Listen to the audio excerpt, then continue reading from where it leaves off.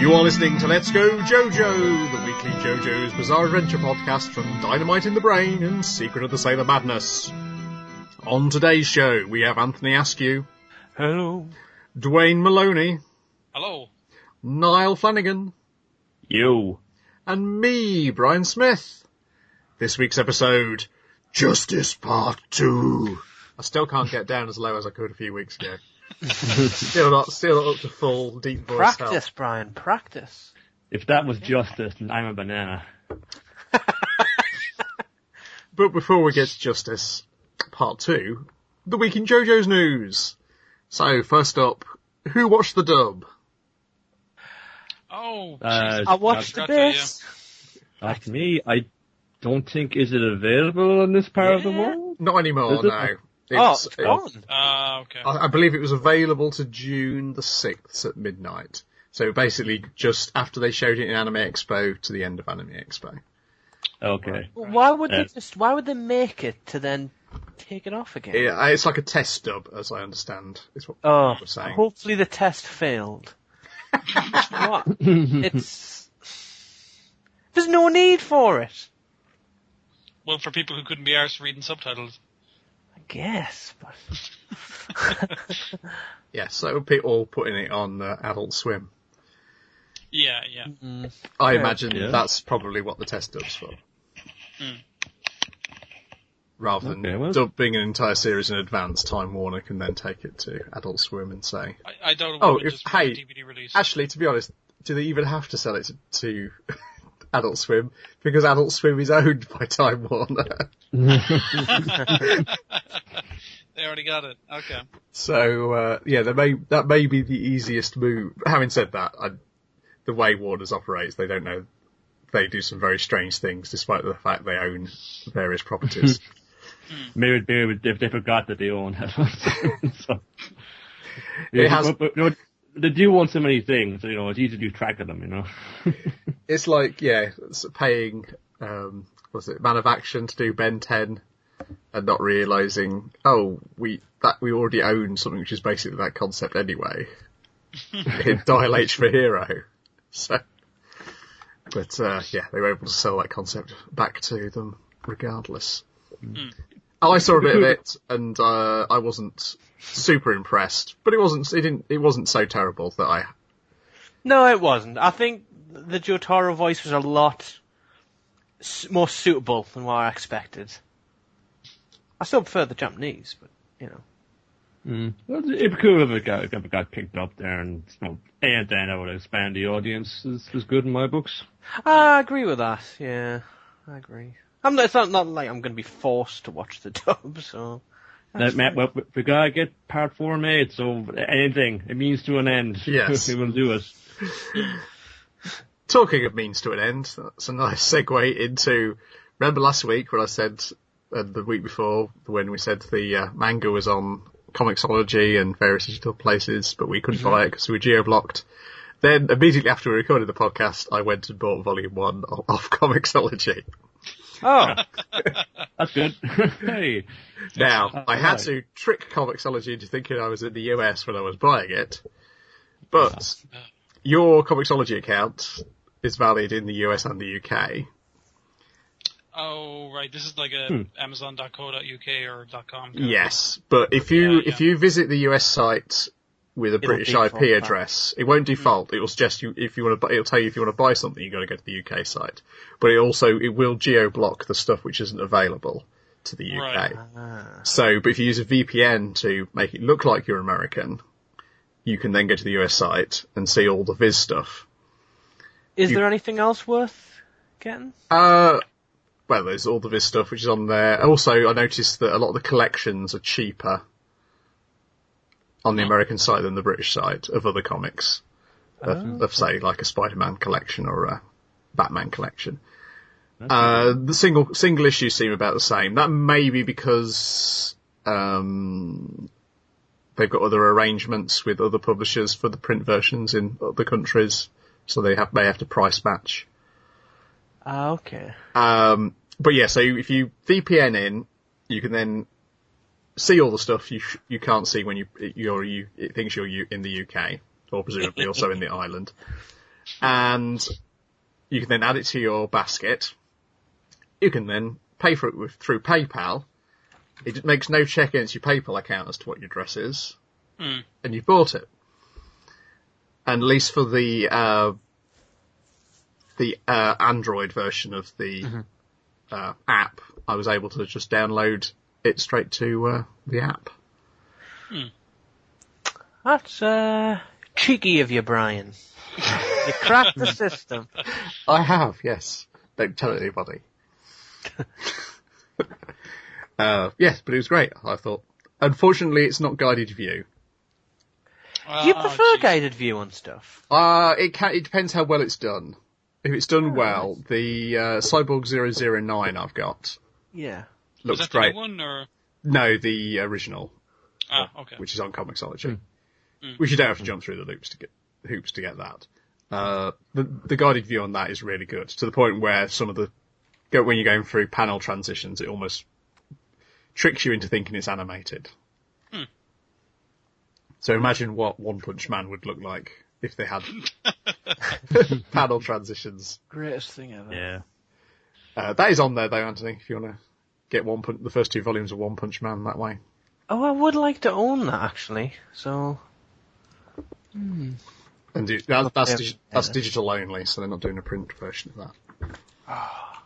In some ways, I think you wouldn't quite get the same effect on a print version. I'm thinking particularly the latest chapter. What, in terms of, like, clarity of the image? Yeah, and sort of having the effect of going through page to page, where I think he's just building up punches almost the entire chapter this week. It's often all done in the panel transitions, is the effect of the story. Yeah. But yeah, that is how you buy comics you're not supposed to be able to get at on Comixology. But it's perfectly legal. It's not like it's being It is, stolen. yeah. It's, I've paid for it, exactly. Yeah, Yeah, exactly. Your money's still good. Yeah, it's like all the people who are getting the WWE network who shouldn't be getting it. Are they still paying for it? They're paying for it, yes, but they're... Well, then there shouldn't be a problem. No, but they're licensing. Exactly. Yes, Sky... Money for the company. Sky may be annoyed that people are Yeah. accessing all the pay-per-views for $10 a month rather than whatever Sky are charging for pay-per-views. That's why you're not supporting Sky, you're supporting the thing you enjoy, which is from WWE. So That is true, but he may... Sky's the boss. the money's going to the right people. Either way. Exactly. Okay. Next up in the news, the JoJo's Bizarre Adventure style of shooters surpasses 4 million downloads. Ooh. There you go. That's going to be a recurring news item, I suspect. Each time it adds another million users. And in similar recurring news, JoJo's Bizarre Adventure Stardust Crusaders tops the PS3 tour digital recording for anime again. But still, are we sure how that works? Do we know It's what's like going on with that yet? it's a DVR add-in for a PS3. I think I have to explain it to you every time. Yeah, no, I remember you telling that, but I still don't understand how they track that. I don't know why they would care enough to track it. I don't know.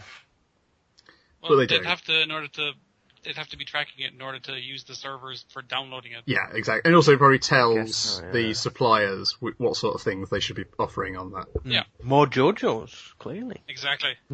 Yeah. The better it does, the more likely more JoJo's in the future. We mentioned it was coming out next year, but it has been announced that the Battle Tendency will get a print edition in autumn 2015 and a digital in March 2015. That is so long away. I'd rather get the next series, like the fourth stuff. Well, you can't. Well. And then in things which are tenuously news, people have been using this website, which has a sort of a Flash or Java, I don't look exactly how it was done, where you can make your own JoJo's face. I'll put a link on the post. Sounds pretty great. It's Flash. It's Flash. It's Flash. It is. I've just right-clicked on it. And it'll export them as images for you. So, yeah. Pretty fun. And also some parakeets sat on some JoJo's statues on Twitter. This was on a news site. I've not seen this. A slow news. I just retweeted them on my. Ah, okay. Is this like the nice news to detract from 1,500 killed in Gaza? Yeah, just detract from the typhoon and. Yeah. Yes. Okay. Yes, some parakeets sat on some JoJo's figures. Yeah. Fascinating. And I have one more semi-tenuous kind of thing. Okay. But JoJo turned up in the New York Times recently. Yeah, there was an article about different streaming services. So everyone knows about Netflix and Hulu and stuff like that, but it was kind of less well-known stuff and giving examples of what's on there. So talk about channels like Acorn TV, which basically has British murder mysteries or like Inspector Morse and stuff on there. And things like, this channel that shows only Korean drama and stuff like that. And they did a little paragraph there about Crunchyroll, and of all the shows on there, they picked JoJo's as the example of what you should be watching on it. Nice. Which I think is it's pretty good going. Yeah. They have picked a great pose for the first JoJo as well. For Jonathan, Yeah. That's what it's all Pinks about. and blues. Okay, and that's the week in JoJo's news. So let's move on to Justice Part 2. Anthony, tell the people what happened this week. I'm jacked on energy drinks, so I may speak quickly. No, so it's, as we mentioned, episode 14. No, 15. Sorry, apologies. Episode 15, Justice Part 2. We're carrying straight on from where we left off, and Enya is trying to hide Hull Horse's body, and Polnareff's kind of, lurking outside the door. She manages to fool him into thinking she just fell over. That's what all the noises and all the commotion has been, while doing this, her stand pulls away Hull Horse's body and hides it under a seat. Then Polnareff kind of puts his foot in it for a little while, saying, about her family and about her son. Obviously, she's getting annoyed. From there, Polnareff sees Hull Horse, spots it. She tries to attack him. They run around the house. There's a huge kind of, all the corpses from previous episode turn up, and Polnareff gets stuck in the toilet, which is classic Polnareff, as we've learned. He then, it's a tense moment where he's hid in the toilet and everything seems to calm down, and it's the old looking through the keyhole and sees an eye staring back motif, and he gets stabbed through his tongue, which isn't the nicest place to be stabbed, I'm sure. And Enya takes control of his tongue, and she threatens to, well, no, she doesn't even threaten, she does. She tries to make him lick the toilet clean, this horrible, dirty toilet, which is great. And amidst this, Jotaro seems to just be walking around the hotel, kicking open doors. And I think that was my favourite moment, just a big boot through the door and he kicks it open. Anyway, she's trying to fool him, and he's onto her. He mentions that he watched Columbo as a kid, so he, I don't know, because of that he's a detective genius. He accidentally trips her up, and I thought she'd lost her eye at this point, which I'm sure we'll discuss shortly. And, yeah, the end of the episode is, everybody clicks on, she's a stand user, and they try to defeat the stand. Obviously can't be punched, can't be cut, and Star Platinum inhales the stand, which I think, I didn't predict it, I didn't see it happening, and I think it's the most badass thing that anyone could have thought of. Inhaling it's like a Kirby moment where he's just and yeah, then Hull Horse drives away into the sunset. Yeah, that's what happens. Mm-hmm.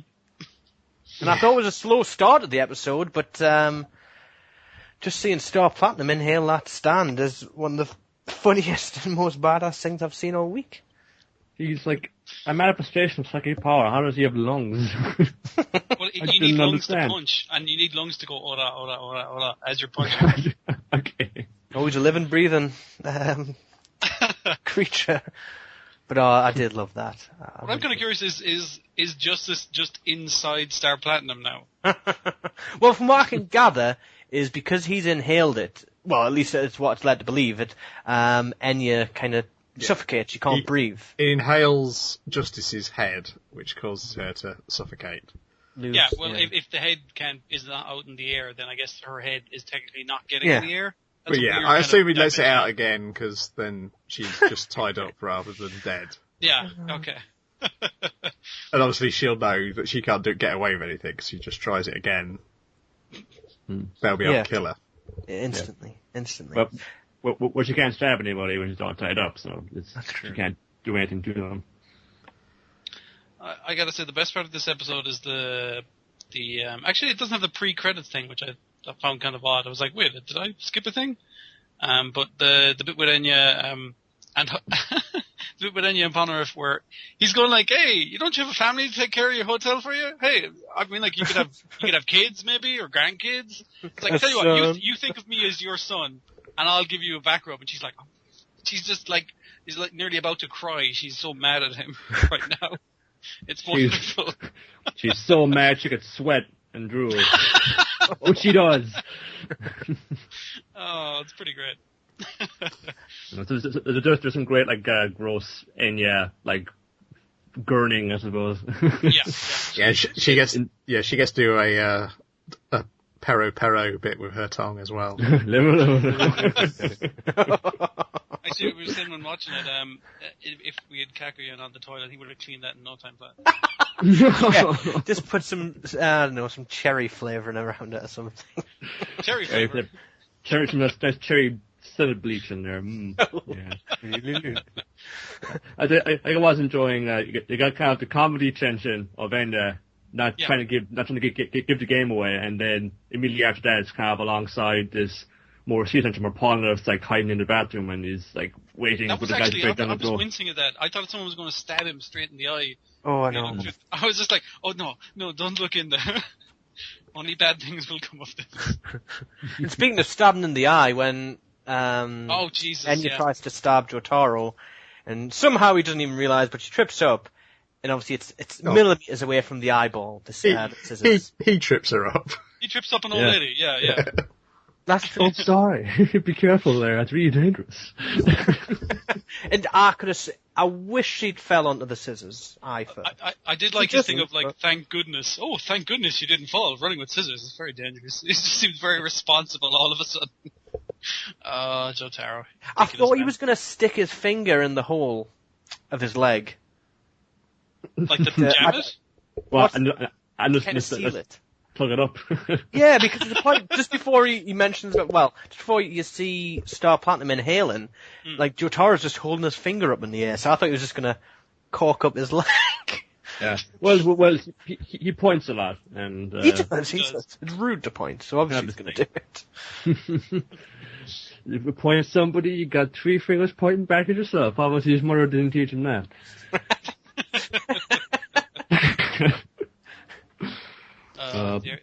That was a ridiculous. That again, Star Platinum pulling another power out of his ass, and her going, before you take another breath, I'm going to beat you. And she's like, what? Are you going to take another? I was like, wait, what the fuck did he just do? Because I completely forgot about that again.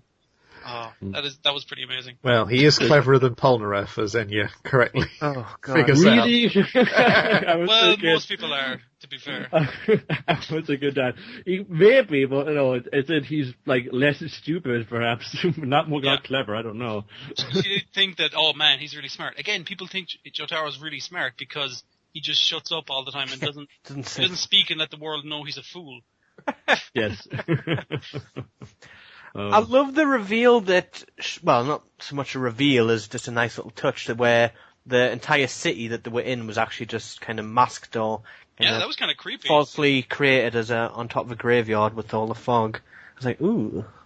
That was really nice. I also liked Joseph kind of going, trying to get Polnareff to admit that he had to lick a toilet. Just laughing like a child about the whole situation. This is a recurring thing. Compressed its whole. No. Like, that's disgusting. This is the recurring thing, you know, when Polnareff, he gets involved in like a likeness situation now and he needs like attention after the fact and the guy's just saying, shut up Polnareff, let's make fun of you instead. Like, dude, that could easily get infected. That toilet looked horrible. This was a really bad experience for him. Being dragged around by his tongue by a ghost. That's no good.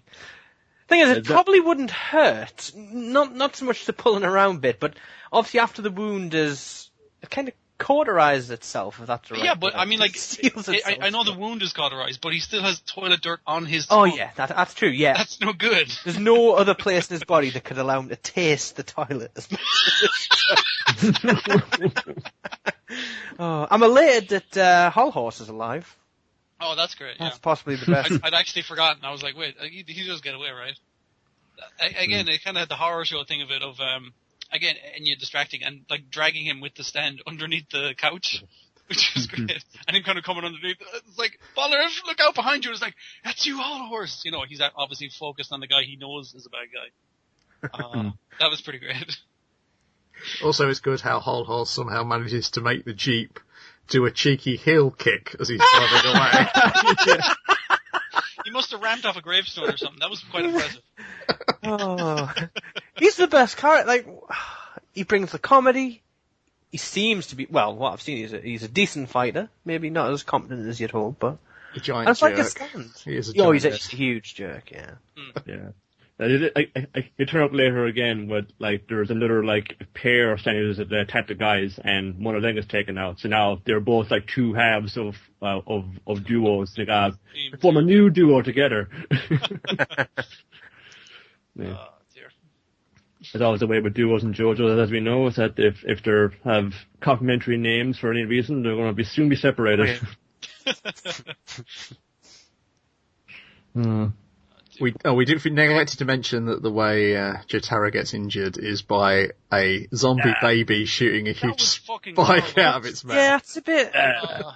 Could you Nobody see expects you're rolling all the zombies, and then like they kind of like they take the cloth off the baby, and the baby's covered in holes. And I was like, I did not need to see that. Yeah, that was horrible. It actually was. Jeez, and even the baby, come on.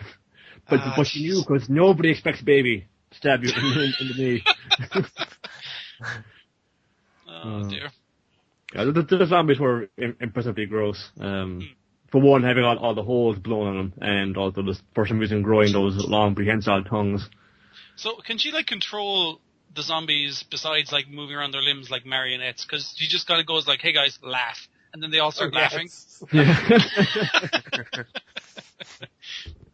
It was very close to the "Hey Avdol, say something cool," you know. Well, she could bring Avdol, raise his corpse, and just have him all go to Avdol, say something cool all the time. Actually, that would have been pretty good. I wouldn't want to see that happen, but if it somehow reincorporated Avdol, yeah, had a sand user that had died. Oh man, Polnareff had to fight the guys they Polnareff killed. Didn't want to and stuff. Yeah, see, they missed a beat there. Playing the mind games. Polnareff crying, saying he can't fight him, and Joestar would come along and not care. I've been having to borrow a friend's broadband again this week because I haven't got it up here, and he said, "Oh, I'll watch it on with you," and so I had to give him a bit of context for what's going on here. I said, it's a bunch of guys from Egypt that got psychic powers and they're going there to kill a vampire, and just like explaining things as they come up. Has he ever seen any like anime or anything ever? Or not? Like, he knows a bit of anime, right? Oh, that's like, good. I'll show him. Yeah, this guy's got psychic powers now. This guy's power is like a guy who punches people. This guy's power is a knife. This guy's power is a gun, which is not really the same. Maybe not as good as everybody else's, but still. Cool in its own right. He seemed to enjoy it, and he was certainly very impressed with the choice of ending themes. Like, he didn't see it coming at all. I start dancing to that every time. Yeah, because just based off the intro, I thought, oh, he probably expects something similar to happen, but no, it's Walking on a song you actually know. Jotaro tricks Enya by signing his name in the guest book as Q-Taro, which is the Fujio ghost character. Oh, so there's actually something to that. Yes. Yeah, the third anime version had run 85 to 87, so it would have been a reference kids and their parents would have got. Oh, yeah, I've just googled that thing. Alright, very good. And we're also getting Columbo references as well. Of course. Yes. It's on TV at the time. There's just wanting JoJo to go, one more thing. Where's Polnareff? Dear. Yeah, really good episode. Good kind of tension comedy, and then the actual horror tension. Really fun. Sorry, Donald, what were you going to say?